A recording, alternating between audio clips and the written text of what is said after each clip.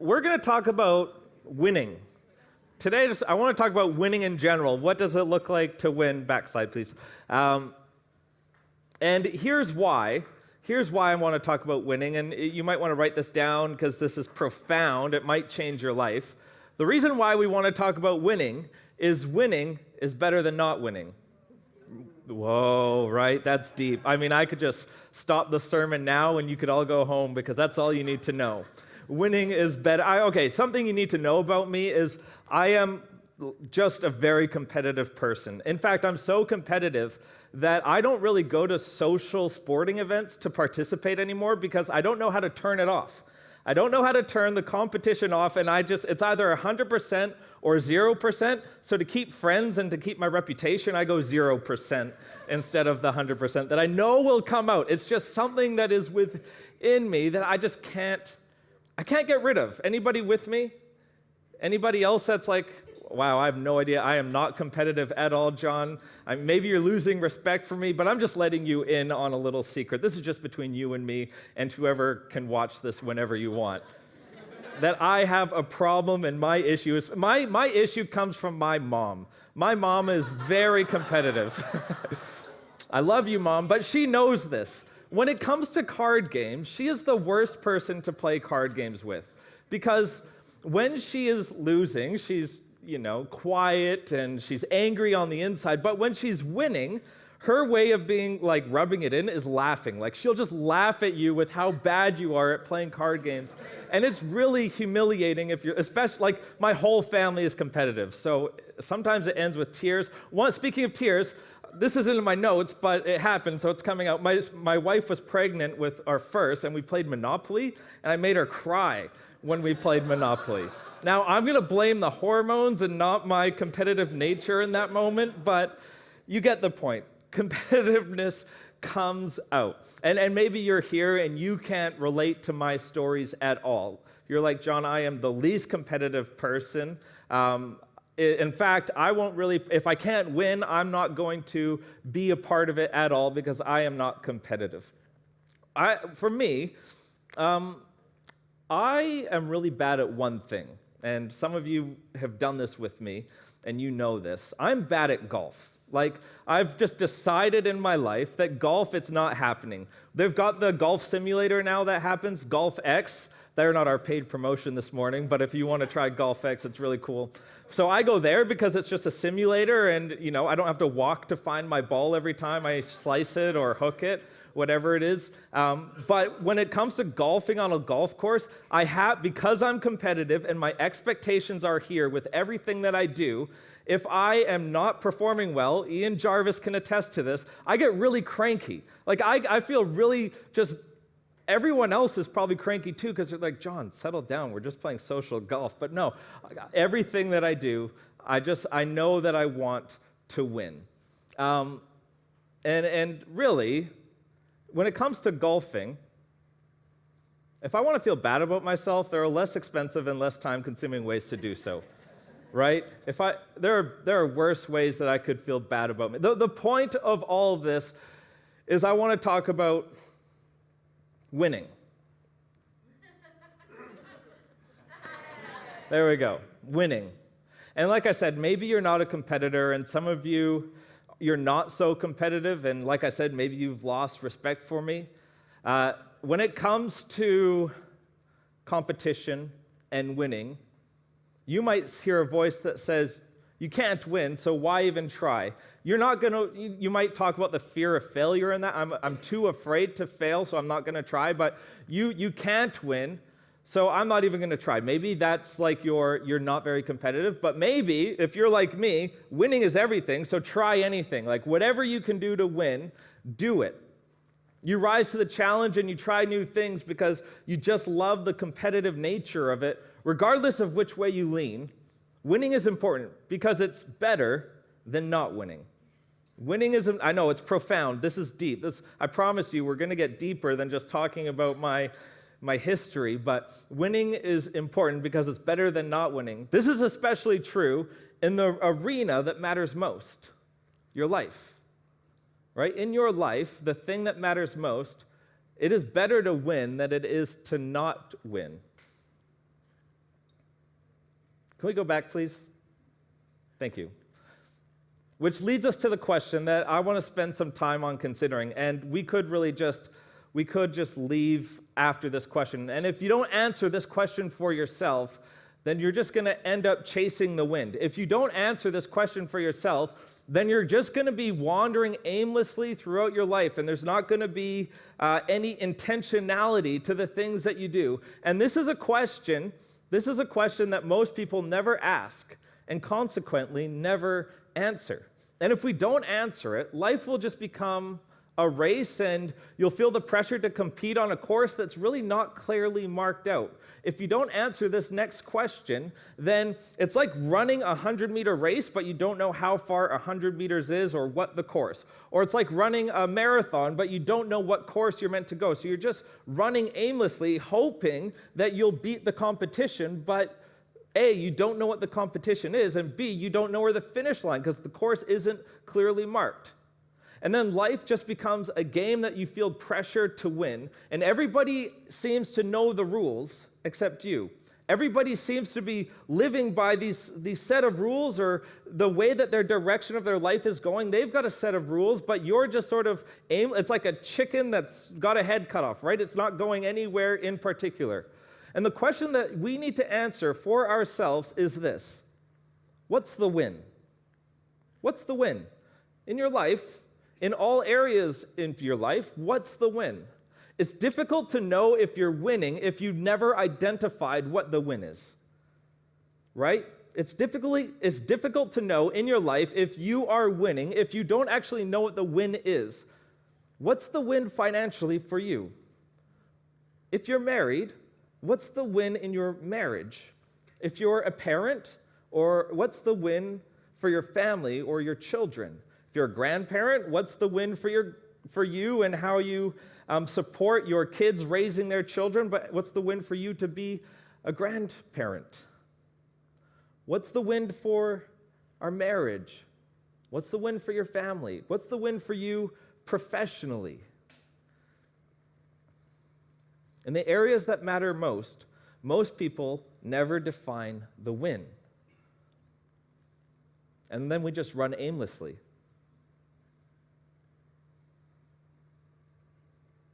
If you don't define the win, what will happen is you'll adopt somebody else's win. If you don't define what the win is in your life, you'll just date like everyone else. You'll spend your money like everyone else does. You'll parent the way that you were parented, or in reaction to how you were parented. And we can call those not goals, right? It's a reaction to how you were parented. Maybe, I don't know, there's something that your parents did and you're like, I am never going to parent that way. And so you're setting a not goal, but you're not actually setting a goal or a win. A not win versus a win. A not win is not enough in our life. Just to say, if you just cut out all the things you're not going to do, well, you still don't have a direction or specifics on what the win is. And then you'll be inclined to blame, and you'll be inclined to compare yourself to others throughout life. What's the win in your life?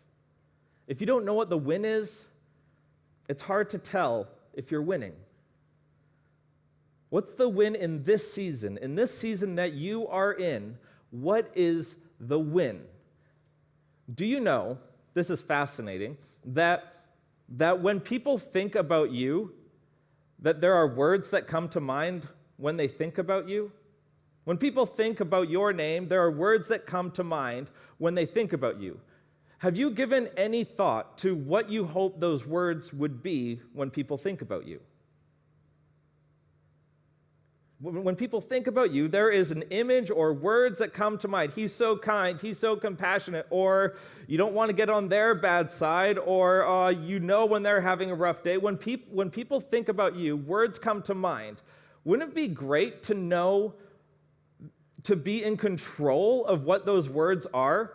To say, I want to be, when people think about me, I want to be known as someone with great integrity and great character, so that you live in your life and you make decisions that have to do with having great character and great integrity. When people think about me, I want to be known as someone that's just irrationally generous. So you live your life in a way that it's going to achieve those words, and you'll be irrationally generous. When people think about you, what comes to mind?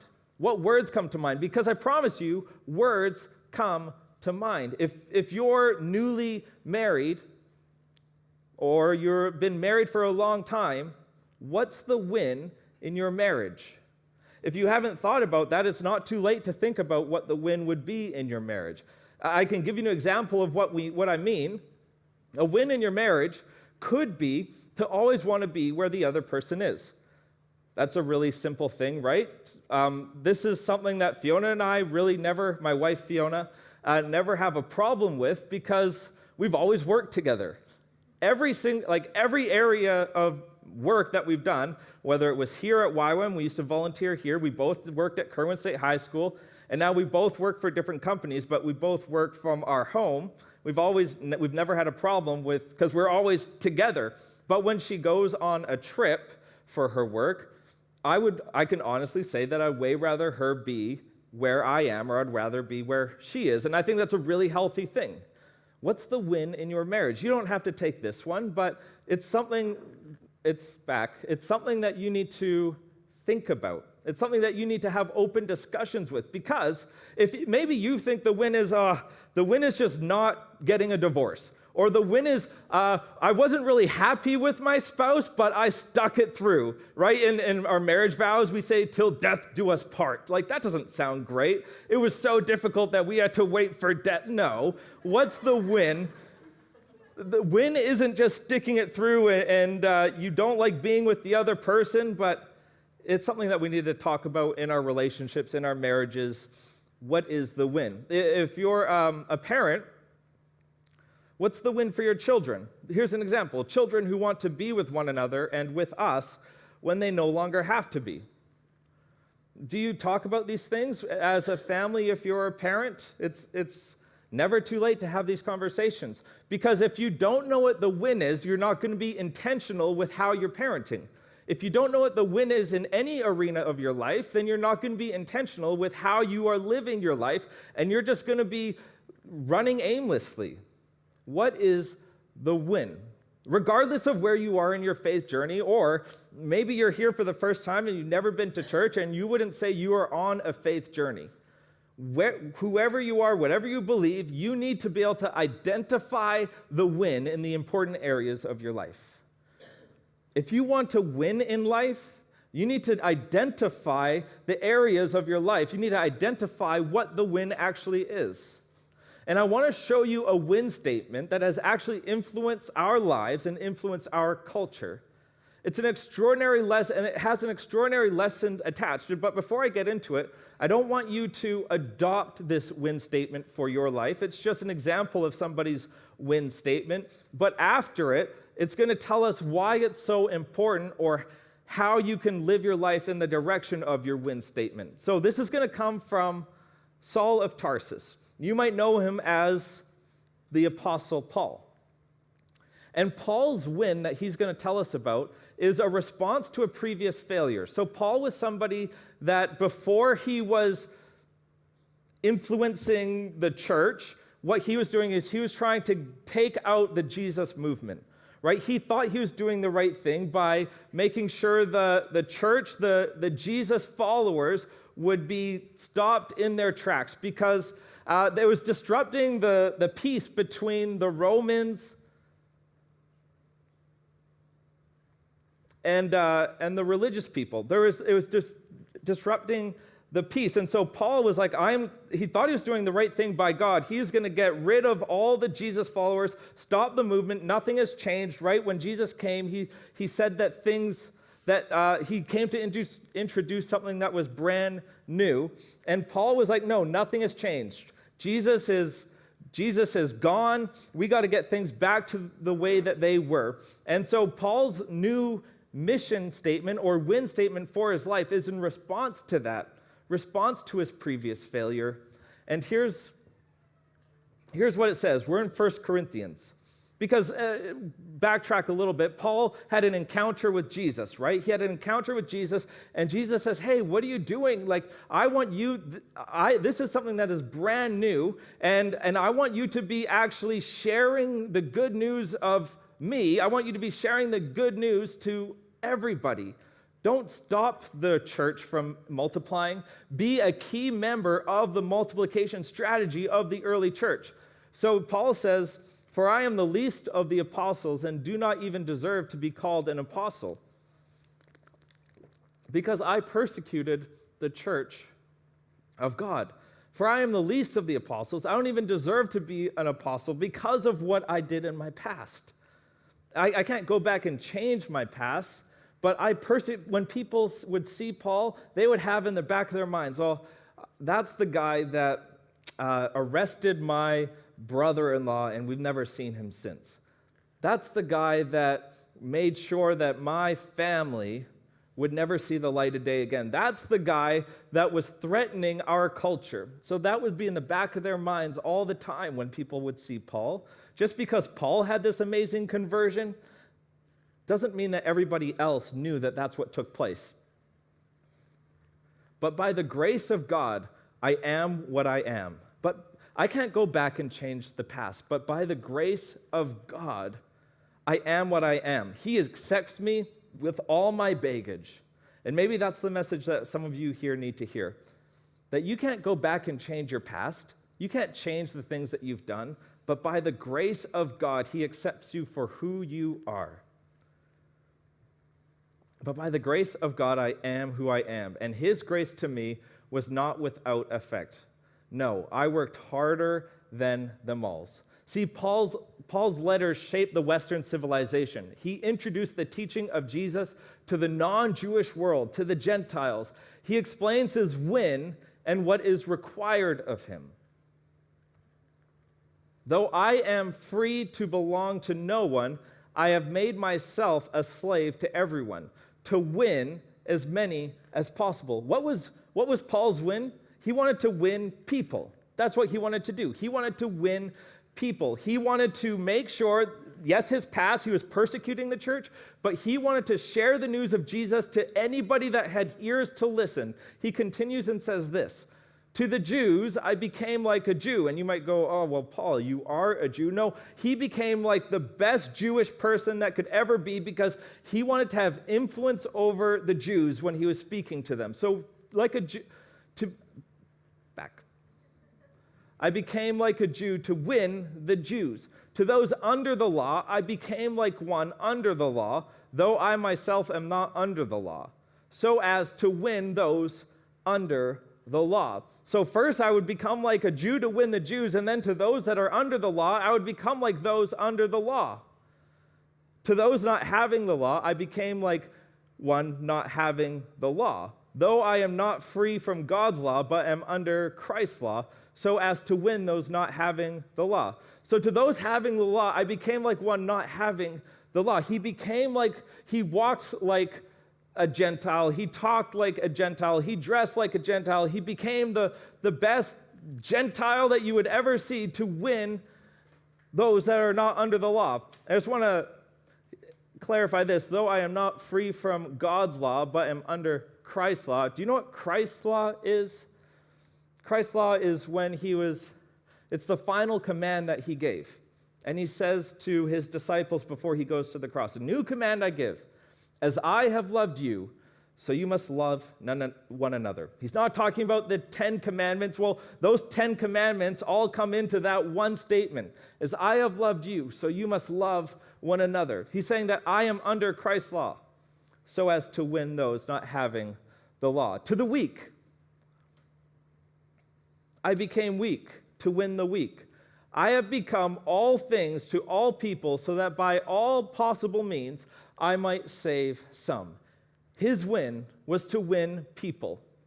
His win was to win people. He knew what his win statement was in his life. He knew what the win was in the most important arenas of his life, and he lived his life with intentionality to make sure that he got his win.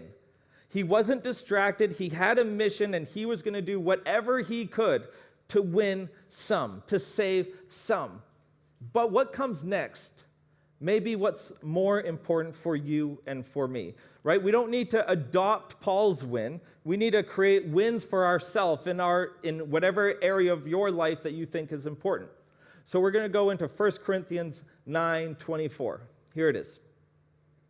He says, "Do you not know that in a race all runners run, but only one gets the prize?" And we might think, yes, we know how a race works, Paul. We know that in a race, everyone runs and only one gets the prize.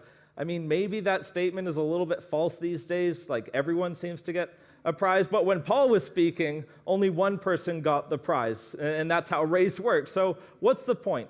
In an athletic competition, the competition is obvious, right? When you are running a 100-meter sprint or 400, whatever it is, the competition is very obvious. They are lined up beside you. On the footy field, you know who you're playing because they're lined up in front of you. In cheerleading, you know who you're competing against because the squads that have gone before you, you've seen what they've done, and you can adjust your routine accordingly. In competition, you know who you're competing against. It's easy. When it comes to a life win, though, it's not so obvious, right? In an athletic competition, it's obvious, but when it comes to life, it's not as obvious. Consequently, sometimes we can lack urgency. We can lack urgency when it comes to how we live our life. There's no scoreboards, there's no game clocks, there's no fans, and it's hard to tell how we're actually doing. Paul says this: run in such a way as to get the prize.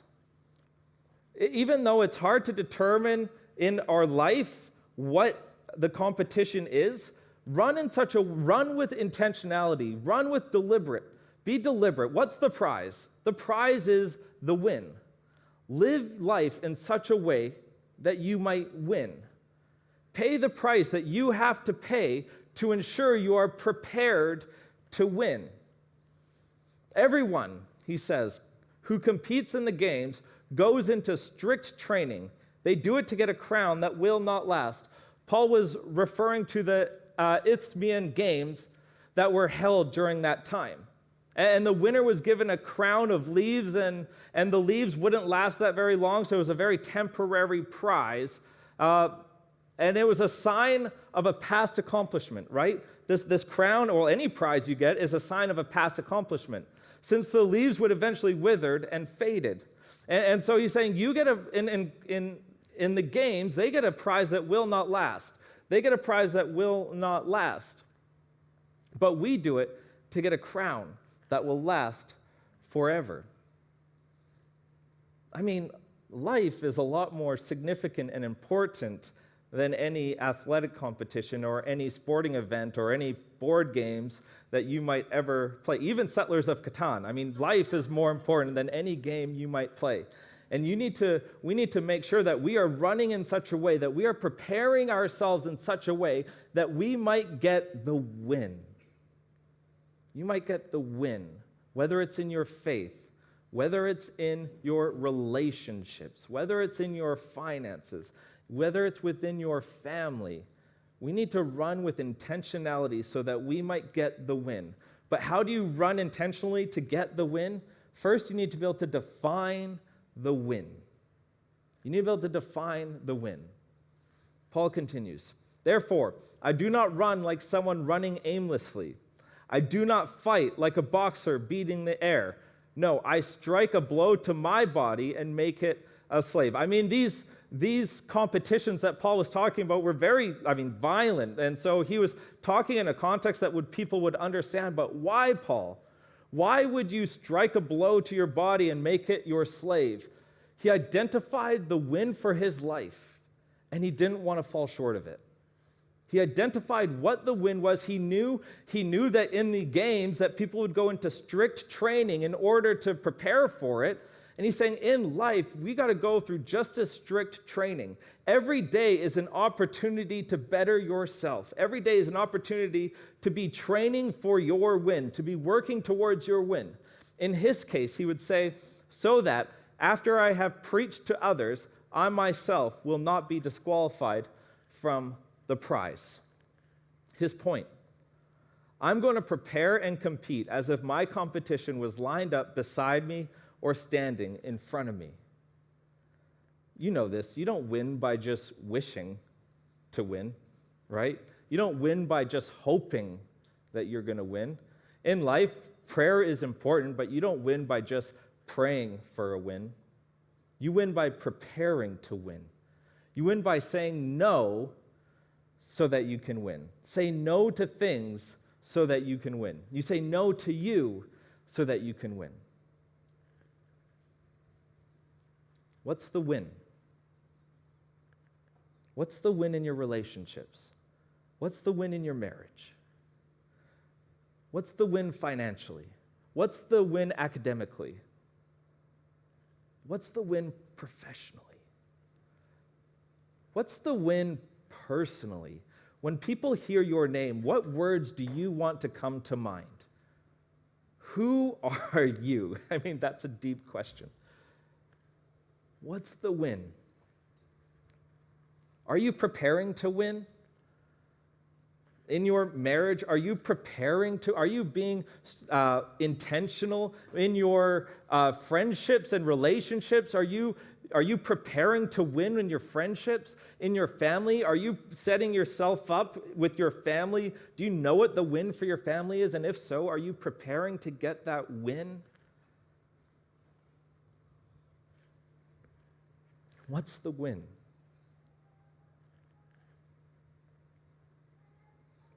At the risk of sounding dramatic, you only get one season, right? You're only in your 20s once. You're only in your 30s once. You're only parents of kids that are toddlers once. You're only parents of high school once. You only have your first marriage once. You only have kids to raise once. And the clock is running out in each season of your life. If we're not intentional in each season of our life, then life will just decide for us. What's the win? Remember, this isn't just about you. When you win, the people closest to you win as well. If you're not a Jesus follower, I hope that this concept of having areas in your life that you can actually win in, that you can be intentional in, is inspiring. But if you are a Jesus follower, this is something that's not optional. This is something that is like we do as Jesus followers. We have something in common with Paul. Everyone who competes in the games goes into strict training. They get it to do a crown that will not last. If Jesus was correct, our lives are not bookended by our birth certificate and our death certificate. If Paul was right, there is so much more at stake. There is so much more at stake. Don't run like somebody that is just running aimlessly. Don't run like someone that's running aimlessly. Don't fight like a boxer beating the air. Make your body your slave. Let your light shine in such a way that people will see your good deeds and take interest in your Father in heaven. And at the end of the day, that's a win. It's a win that changed the world once. And in the meantime, I'll ask you again, what's the win? What's the win? If this is something that you've never considered or you've never thought about in your life, I want to give you some homework. Again, if you're not a Jesus follower, this is totally optional, but I promise you, if you apply these principles to your life, your life is going to get better. If you are a Jesus follower, this is going to be homework for you. In the areas that you think are most important in your life, define the win. Define it. Have words, write it down. Write it wherever you see the most. Write it down. Discuss it with your partner. Discuss it with your family. If you're not married, if you don't have kids, just brainstorm. What is the win? When people hear my name, what do I want them to think? Because they already think something. And wouldn't you like to be in control of that narrative? So, what's the win? After all, you know this, winning, it's better than not winning. Winning is better than not winning. And so that's what I want to encourage you to do going from today, is in each area of your life, define what the win is. And this is actually a really good opportunity. If you're struggling to have communication within your family, this is a really good opportunity to open up those communication lines again and talk about things that are actually worth talking about. Winning is better than not winning. Heavenly Father, we thank you for Jesus. We thank you for what he did for us. That at the end of the day, the win was a relationship with you. God, for everyone sitting here today, I pray that we would go from here and be intentional with how we live our lives in every area of our lives. But the most important area, God, is that we'd be intentional with our relationship with you. So God, as we go from this place, I pray that you'd be speaking to us, whispering to us what is actually important in our life, and help us define what the win is in every arena of our life. We pray these things in Jesus' name. Amen.